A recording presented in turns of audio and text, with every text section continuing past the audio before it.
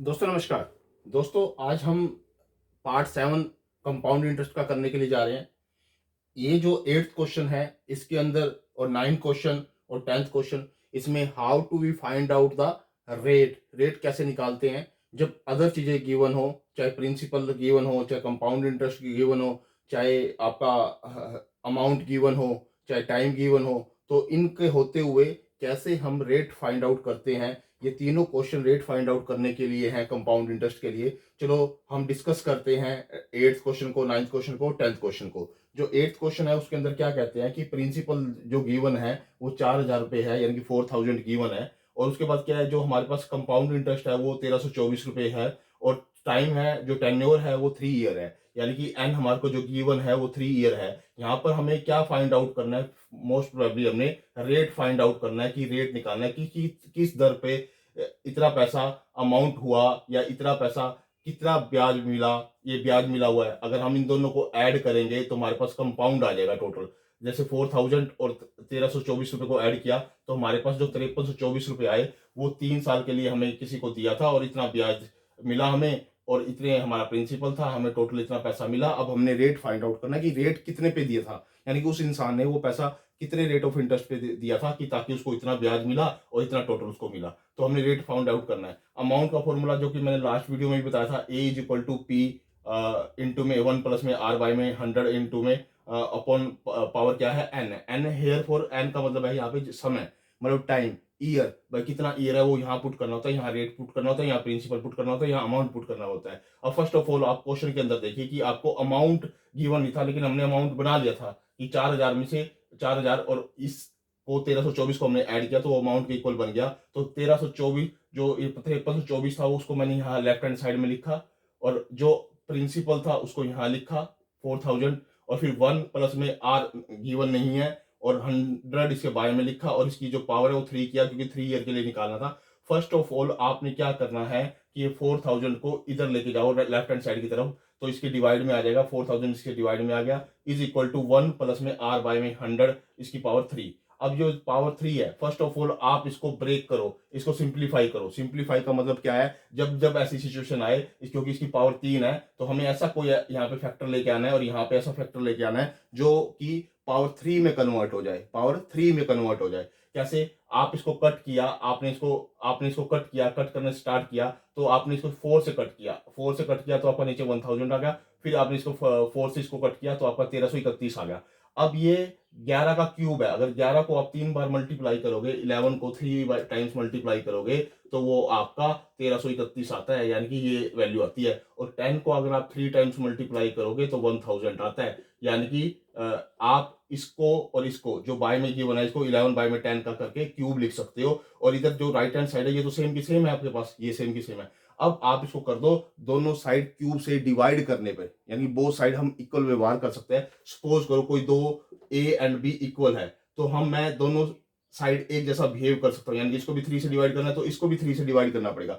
यहाँ पर पावर है, पावर 3 है और यहाँ पे भी पावर 3 है, तो मैं दोनों साइड पावर 3 से क्या कर दूंगा, डिवाइड कर दूंगा। ये मेरा नेक्स्ट स्टेप होगा, 3 से 3 कट जाएगा, इससे ये कट जाएगा, तो मेरे पास ये वाली वैल्यू इसके इक्वल आ जाएगी। जैसे ये वाली वैल्यू इसके इक्वल आई तो मेरे को क्या करना है, 1 मैं लेफ्ट हैंड साइड में लेके गया, इसमें से माइनस हो जाएगा। जैसे ही 1 माइनस किया तो यहाँ से आर वैल्यू निकल के आएगी, क्योंकि 1 को माइनस करोगे, इसको सोल्व करोगे एलसीएम लेके, यहाँ 10 आएगा, 11 माइनस में 10 तो 1 बाय में 10 आ जाएगा। और जो ये आर बाय में 100 था इज इक्वल टू 1 बाय में 10 था, ये क्रॉस कर दो यहाँ पे, ये 100 यहाँ पे आ जाएगा, तो आर की वैल्यू 100 बाय में 10 होगी, 10 होगी तो इससे 0 कट जाएगा, तो 100 मतलब क्या आ गया, 10% इसका रेट ऑफ इंटरेस्ट आ गया। यानी कि with the help of 8 question हमने ये सीखा कि इंटरेस्ट गिवन है हमारे पास, यानी कंपाउंड इंटरेस्ट गिवन है, प्रिंसिपल गिवन है, टाइम गिवन है, उससे हमने अमाउंट बना लिया, और हमने अल्टीमेटली फाइंड आउट क्या करना था, हमें रेट फाइंड आउट करना था कि किस रेट पे ये पैसा दिया गया था। यानी कि अब हमारा रेट निकल के आ गया, 10% पे ये पैसा दिया गया था जिसका ब्याज हमारे को ये मिला, और ये प्रिंसिपल था, ये टाइम था, यानी 10% रेट निकाल दिया हमने। ओके, अब जो नेक्स्ट क्वेश्चन है वो 9 क्वेश्चन है। 9 क्वेश्चन के अंदर ये क्या रखा है कि एक अमाउंट मिला, इसमें आपको प्रिंसिपल गिवन नहीं है। आप 9th एग्जाम्पल देखना, क्या है, एक अमाउंट मिलता है एक इंसान को 7260 रुपए का, और 2 ईयर के लिए, यानी कि 2 ईयर के लिए उन्हें पैसा कहीं लगाया था तो उसको 7260 रुपए मिले। तो कहता है और उसी तरह से उन्हें 7986, यानी कि उसको इतना पैसा मिला, किसके लिए, 3 ईयर के लिए उन्होंने इन्वेस्टमेंट किया था, ये अमाउंट उसे मिला। और वो कहता है कि इसकी हेल्प से आप रेट और प्रिंसिपल निकालो। मतलब ये दो चीजें गिवन है आपको, कि एक तो पैसा मिला 7260 रुपए 2 ईयर के लिए, और एक अमाउंट मिला और 8986 रुपए 3 ईयर के लिए, यानी कि किसी ने कोई पैसा लगाया था। अब प्रिंसिपल नहीं दे रखा यहाँ पे, सबसे बड़ी बात है, प्रिंसिपल नहीं दे रखा, रेट ऑफ इंटरेस्ट नहीं दे रखा। तो ये दो चीजें इस क्वेश्चन में नहीं दे रखी है, तो उसको कैसे निकालेंगे? फर्स्ट ऑफ ऑल, जो ये अमाउंट दे रखा है, ये वाला और ये वाला अमाउंट, इन दोनों को माइनस कर दो, यानी कि इसमें से इसको माइनस कर दो। माइनस करोगे तो 1 ईयर का आपका कंपाउंड इंटरेस्ट आ जाएगा। जैसे ही 1 ईयर का आपका कंपाउंड इंटरेस्ट आया, वो 726 आ गया। ये 726 जो आया ना, ये जो इंटरेस्ट कमाया गया है, इसके बाद जो 3rd ईयर के लिए इंटरेस्ट कमाया गया है, तो हमारे पास ये हो गया कि अमाउंट भी है, ईयर भी है, और हमारे पास यहाँ पे ये क्या है, हमारे पास इंटरेस्ट, जो सिंपल इंटरेस्ट है वो भी है। हमारे पास इंटरेस्ट का फॉर्मूला क्या होता है, पी इंटू में आर इंटू में टी बाई में 100। इसकी हेल्प से, सिंपल इंटरेस्ट की हेल्प से हम इसको सोल्व करेंगे। पहले ये लगाएंगे, क्या होगा, अगर मैं इसको क्रॉस करके इधर लेके जाऊं तो ये 100 इधर आ जाएगा, यानी कि एस आई मल्टीप्लाई बाई में 100। और क्योंकि हमें आर निकालना है, तो टी और पी इसके बाय में चले जाएंगे, यानी कि इसकी हेल्प से मैंने ये वाला फॉर्मूला ड्राइव कर लिया, नीचे वाला फॉर्मूला, यानी कि एस आई उधर जाके 100 हो जाएगा मल्टीप्लाई, और जो ये पी है और जो टी है इसके बाय में आ जाएंगे। ये आर का फॉर्मूला हो गया। मतलब आर फाइंड आउट करने के लिए मुझे इसमें इसकी वैल्यू पुट करनी पड़ेगी। जो एस आई आया हमारा, वो हमने पुट किया, 100 से मल्टीप्लाई किया, जो अमाउंट था 7260 रुपए उसको पुट किया, और 1 ईयर के लिए, क्योंकि 1 ईयर का निकाला था ना हमने, ये गैप 1 ईयर का निकाला था ना, ये 1 ईयर का, तो 1 ईयर का निकाला। तो यहाँ से मैंने इसको कट किया, ये जो मेरे पास वैल्यू आई, यहाँ से मैंने क्या निकाल दिया, रेट ऑफ इंटरेस्ट निकाल दिया। आप इसको कट करोगे, इससे इसको कट किया, इसको इससे कट किया, तो आपका 10% इसका क्या आ गया, ये 10% जो आया वो रेट आ गया। अब रेट आ गया तो आपको अमाउंट का फॉर्मूला पता है, अमाउंट किसके बराबर होता है, अमाउंट का फॉर्मूला मैंने ऊपर ही बता रखा है। अगर ये देखो तो ये अमाउंट का फॉर्मूला है, ये वाला अमाउंट का फॉर्मूला है। इस फॉर्मूले के अंदर वैल्यू पुट कर दो, इसी फॉर्मूले के अंदर, ये अमाउंट का फॉर्मूला है। तो अमाउंट के एक्स हमें प्रिंसिपल पता नहीं है, इनटू में 1 प्लस में रेट हमने निकाल दिया 10 बाय में 100, उसकी पावर स्केयर यानी स्केयर कर दी, और 7260 रुपये हमने ये मानना हुआ। ये हमारे पास गिवन है अमाउंट, 7260 गिवन है। अब क्या करना है, इसके बाद देखो, ये 0 से 0 कट कर दो, तो 10 को 1 से मल्टीप्लाई करोगे 10 हो गया, और एक ऐड करोगे 11 हो गया। 11 बाय में 10 को 2 टाइम्स मल्टीप्लाई करना है, क्योंकि इसकी पावर 2 है, यानी कि x मल्टीप्लाई में 11 बाय में 10, 11 बाय में 10 इज इक्वल टू 7260। अब मेरे पास ये आया, ये आने के बाद ये उधर जाके रेसिप्रोकल हो जाएंगे उधर जाके, यानी कि 10 ऊपर आ जाएगा। इसको इस तरह से सोल्व करें, ठीक है। इसको आप आपकी मर्जी है, इसको जैसे ही आप सोल्व करोगे, इसकी वैल्यू फाइंड आउट करोगे, तो x की वैल्यू आपकी 6000 आ जाएगी, जो कि प्रिंसिपल है। यानी कि इसकी हेल्प से हमने क्या किया, हमारे को एक अमाउंट दे रखा था 7260 रुपए का 2 ईयर के लिए, एक अमाउंट दे रखा था 7986 3 ईयर के लिए। पहले मैंने इनका दोनों का डिफरेंस निकाला, जो इंटरेस्ट आया उस इंटरेस्ट की हेल्प से मैंने रेट निकाला, क्योंकि मेरे पास रेट निकालने का फॉर्मूला है, जो सिंपल इंटरेस्ट होता है। जो रेट निकाला, उसके जो रेट आ गया 10%, फिर मैंने अमाउंट वाला फॉर्मूला लगाया, ये वाला अमाउंट वाला, सिंपल अमाउंट वाला मैंने फॉर्मूला लगा दिया। जैसे अमाउंट में मैंने वैल्यू पुट करी, वहां से एक्स की वैल्यू निकाली, तो एक्स की वैल्यू क्या आ गई 6000। 6000 का मतलब यहाँ पर क्या है, आपको प्रिंसिपल प्राप्त हो गया, कि इस प्रिंसिपल पे 2 साल के लिए पैसा दिया गया 10% पे, तो हमारे पास इतना अमाउंट मिलेगा। और इसी प्रिंसिपल को 3 साल के लिए दिया गया, और 10% रेट ऑफ इंटरेस्ट के लिए दिया गया, तो आपको जो पैसा मिलेगा वो 7986 रुपीज मिलेगा। ये हमारा 9th क्वेश्चन हो गया। अब हमारे पास जो 10th क्वेश्चन है, 10th क्वेश्चन के अंदर भी आपको रेट और क्या निकालना है, सम निकालना है। इस क्वेश्चन के अंदर क्या दे रखा है, 2 स्टेटमेंट दे रखी है। 2 स्टेटमेंट में मैं आपको बता देता हूं कि वो आपको क्या दे देता है, इसके अंदर आपको समय दे देता है, दोनों का रेट ऑफ इंटरेस्ट नहीं देता और प्रिंसिपल नहीं देता। यानी दोनों इक्वेशन का ना तो रेट दे रखा है, ना ही आपको क्या दे रखा है,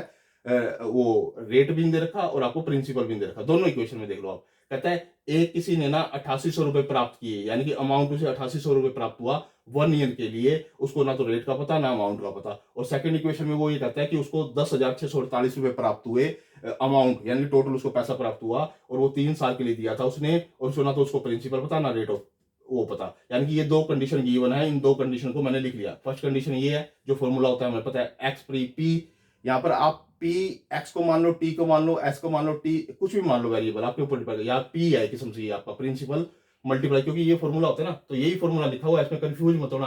क्योंकि एक्स की जगह आप पी लिख लो तो भी कोई इशू नहीं है। आप एक्स लिखो, एस लिखो, टी लिखो, ए लिखो, पी लिखो। ए इसलिए नहीं लिख सकते क्योंकि ए यहाँ पर अमाउंट को शो करता है। तो हमने यहाँ x लिखा, मल्टीप्लाई ये फॉर्मूला लगाया, इज इक्वल टू 8800 रुपये। 3 साल वाला लिखा, 3 सालों के लिए इतना मिलता है। अब ये क्या करना है, जिसको लीनियर इक्वेशन 2 वेरिएबल सोल्व करना आता है, इस इक्वेशन के बटे में ये इक्वेशन कर दो पूरी की पूरी, यानी कि इस इक्वेशन के बटे में ये वाली इक्वेशन कर दो। मैंने ऊपर लिखा इस इक्वेशन को, सेकंड इक्वेशन को, और नीचे क्या लिखा, फर्स्ट इक्वेशन को, इसको फर्स्ट इक्वेशन को लिखा। अब देखो यहां से बड़े ध्यान से समझो आप कहानी, एक्स से एक्स कट जाएगा, ये पावर 3 है, ये पावर 1 है, दोनों का बेस सेम है, दोनों का क्या है, बेस सेम है। इसको एक्सपोनेंट रूल बोलते हैं कि दोनों का बेस सेम हो तो ये पावर ऊपर जाके माइनस हो जाती है, यानी कि इसकी पावर 2 रह जाएगी, यानी कि ये पूरा कट जाएगा और इसकी पावर ये कट के यहाँ पे 2 रह जाएगी, यानी कि 1 प्लस में r बाय में 100 बाय में पावर 2, और ये इसके बटे में आ गया, ऐसे कैसे, ठीक है। फिर मैंने इसको कट किया, कट करने के बाद मैंने इसको 11 से कट किया। अगर मैंने 11 से नहीं, आप इसको 88 से कट करो, सॉरी 88 से कट करो, 88 से कट करोगे तो नीचे 100 आ जाएगा, ऊपर 121 आ जाएगा।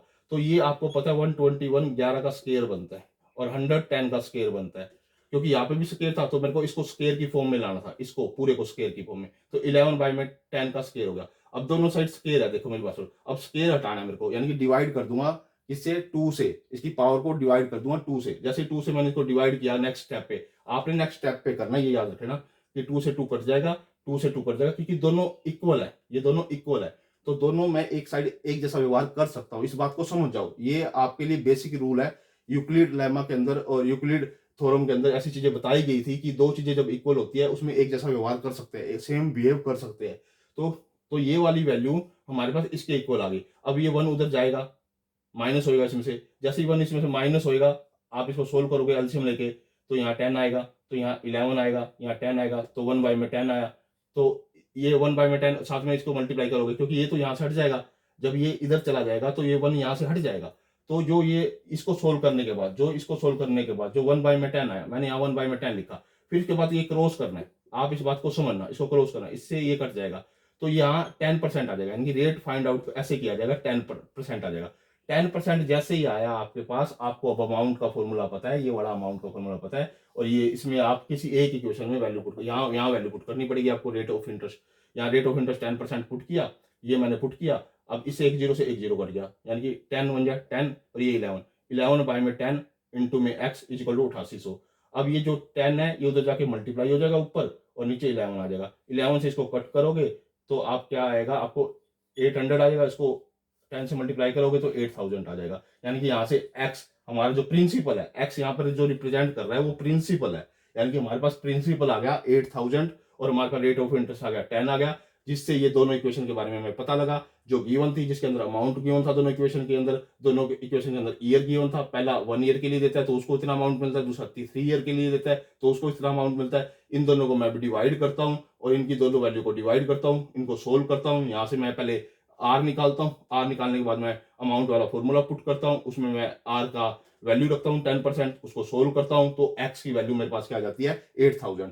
तो आप इस वीडियो को बड़े आराम से देखिए, पॉज करके देखिए। अगर ये आपको 3 कंसेप्ट समझ में आ गए तो आप हायर ऑर्डर की थिंकिंग के क्वेश्चन सोल्व कर पाओगे। और आज जो ये वाला जो कंसेप्ट है अपने पास रेट निकालने का, कि रेट को कैसे फाइंड आउट किया जाता है, तो और प्रिंसिपल को कैसे फाइंड आउट किया जाता है जब अदर चीजें दे रखी हो, तो इसकी हेल्प से आप आज सीख जाओगे। ओके दोस्तों, नमस्कार।